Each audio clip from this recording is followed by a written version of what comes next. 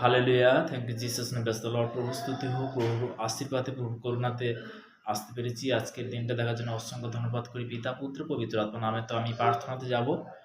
সর্বশক্তিমান ঈশ্বর পিতা, তোমার মহানামে ধন্যবাদ করি পিতা। স্বর্গ পিতা সিংহাসন পিতার পাদে তোমার চরন্তর প্রভু গো, তোমার দাস হতে আমি প্রার্থনা করছি প্রভু গো, যে সকল সন্তানরা রুটিন মানুষের পিতা গো, যে তারা প্রত্যেকটা দিন তারা যে সে আজ্ঞা অনুসারে প্রভু গো, যে পবিত্র বচন তারা প্রভাতে যে শুনছে প্রভু গো, তাদের মধ্যে তাদের জীবনে তুমি পজিটিভলি তুমি পরিণত কর প্রভু।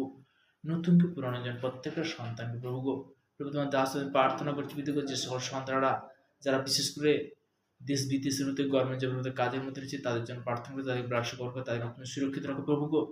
প্রভু গো, সর্বদা সর্বশ্রেষ্ঠ জীব মনুষ্য জীবকে যেমন সৃষ্টি করেছে প্রভু গো, প্রভু গো আমরা পাপী প্রভু গো, প্রভু গো তোমার কাছে প্রভু গো বিনতি করে প্রার্থনা রাখছি পিতা গো। আমরা তোমার বাক্য দ্বারা বলেছি পিতা গো, দ্বিতীয় বংশাবলী তার ৭ অধ্যায় ১৪ পদে প্রভু তোমার বচন বলেছে, আমার প্রজারা যাহার নাম করতে হয়েছে তাদের নম্র হয়ে প্রার্থনা করে এবং আপনাদের কুপতিতে ফিরে আমি স্বর্গ হইতে তা শুনিব, তাদের পাপ ক্ষমা করিবে প্রভু গো। তুমি পাপ ক্ষমা করলে প্রভু গো, তুমি পরিত্রাণ করলে প্রভু গো, তুমি উদ্ধার কর্তা মালিক প্রভু গো। প্রত্যেকটা সন্তান যারা এই মুহূর্তে তারা শুনছে প্রভু গো, তাদের জীবনে সে পাপ থেকে পরিত্রাণ করো যিশু নামেতে। প্রভু গো, সর্বদাই প্রভু গো, যে সকল সন্তানরা পীড়িত ব্যক্তি, অসুস্থ ব্যক্তি, যারা বিশেষ করে হাসপাতালের বেডরুমে, অনেক গৃহের মধ্যে প্রভু গো, যে সকল সন্তানের পীড়িত ব্যক্তি যারা ভরাক্রান্তে দুঃখ কষ্টে অনাহারে বেসাহারায় পড়ে আছে পিতা গো, তাদের জন্য প্রার্থনা করছি পিতা গো। তাদেরকে তুমি অন্ধকার জগৎ থেকে আলোর জ্যোতি দেখো প্রভু গো। তুমি মঙ্গলময় ঈশ্বর প্রভু গো, তুমি সর্বশক্তিমান ঈশ্বর প্রভু গো। তোমার বাক্য বলেছি পিতা গো, গীত সংগীতা তার ১১২ অধ্যায় প্রভু তোমার বাক্য বলেছি পিতা গো, তোমরা সদবের প্রশংসা করো। ধন্য সেই জন যে সদবকে ভয় করে, যে তার আজ্ঞাতে অতিমাত্র প্রতি হয়, তাহার বংশ পৃথিবীতে বিক্রমশালী হইবে প্রভু গো। তোমার দাস হতে প্রার্থনা করছি পিতা গো, প্রত্যেকটা সন্তান প্রভু গো, তারা যে একজন ব্যক্তি শুনছি প্রভু গো, তার বংশ পরম্পরা তারা যেন তার থেকে প্রভু গো আশীর্বাদ প্রাপ্ত হয় পিতা গো। তারা যেন সঠিক পথে চলতে পারে পিতা গো, সঠিক রাস্তা যেন দেখতে পাবে পিতা গো।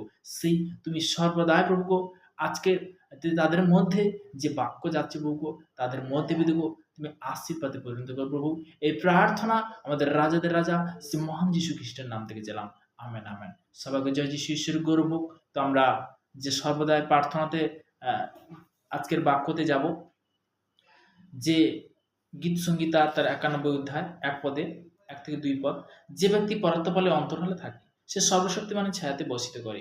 আমি সদর বিষয়ে বলিব, তিনি আমার আশ্রয়, আমার দুর্গ, আমি ঈশ্বর, আমি তাহার উপরে নির্ভর করিব, আমি তাহাতেই নির্ভর করিব। এখানে প্রভু বলছে কাহার প্রতি নির্ভর করবে?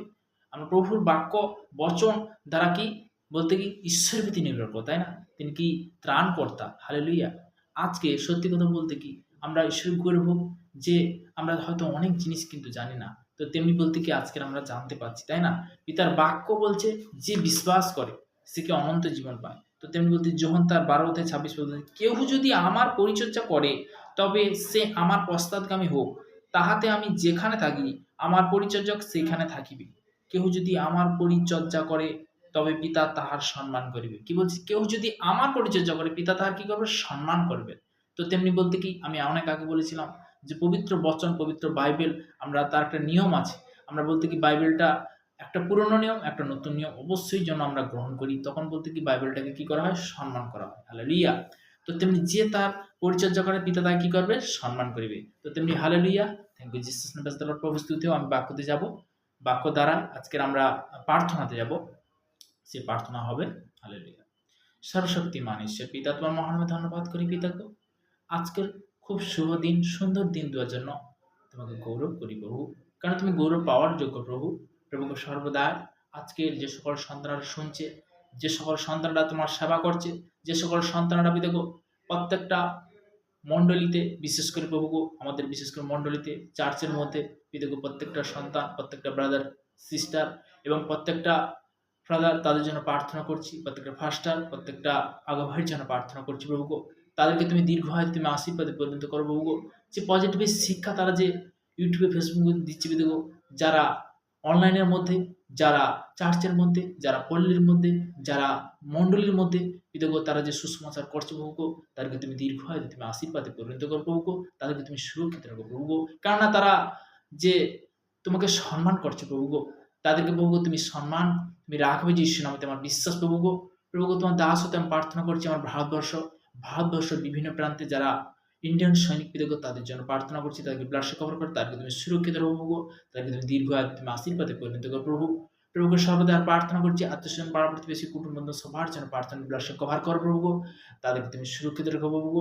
এই আমার চাহত প্রভু, প্রত্যেকটা ইউথ সন্তানের জন্য প্রার্থনা, যারা স্কুল কলেজের মধ্যে বিদেগো ছোট ছোট ইউথ এবং উপযোগিত ইউথ বিদেগো প্রত্যেকটা সন্তানের জন্য প্রার্থনা ব্লাডে কভার করো প্রভু, তাদেরকে তুমি সুরক্ষিত রাখো বিদেগো, তাদেরকে পড়াশোনার শিক্ষা এবং তাদের পিতামাতার যে বিদেগো যে পজিটিভের যে আশীর্বাদ, পজিটিভের যে স্বপ্ন প্রভু সাকসেসফুল করে যিশু নামে।